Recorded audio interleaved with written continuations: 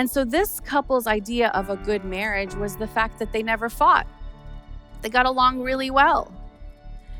But as we dug a little deeper, they were almost living like roommates. They didn't fight. But I always say that if you're not arguing in marriage, someone's not telling the truth. Because you're two different people with two different opinions, beliefs, backgrounds, family of origin. There's got to be something that comes up that brings some sort of a disagreement. And so as we dug deeper into their marriage, we realized that they were not emotionally connecting. Deep emotional connection just wasn't a part of the relationship. They were really good at living together, managing the kids' schedules, managing the home. They were good business partners, but they weren't intimately connecting. I surveyed a lot of men and women when we wrote this book. Over 900 couples participated in a survey that we took. And one of the questions I asked women, tell me, what gets you going?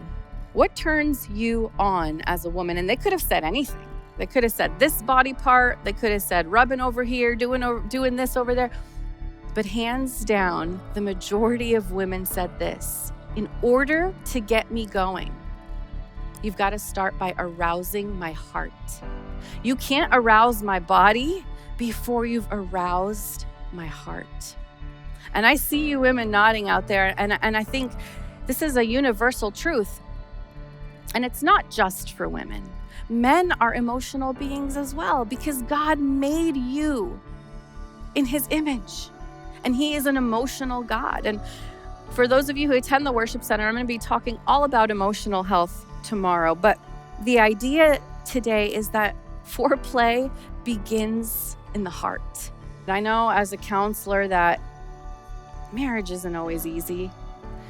And sometimes there's unaddressed hurts, conflict, wounds that are keeping you stuck.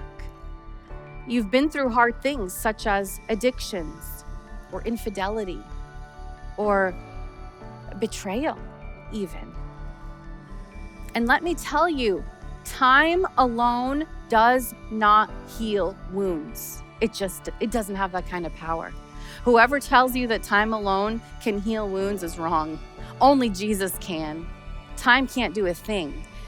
But what time can do is actually make the wound worse if we don't address it.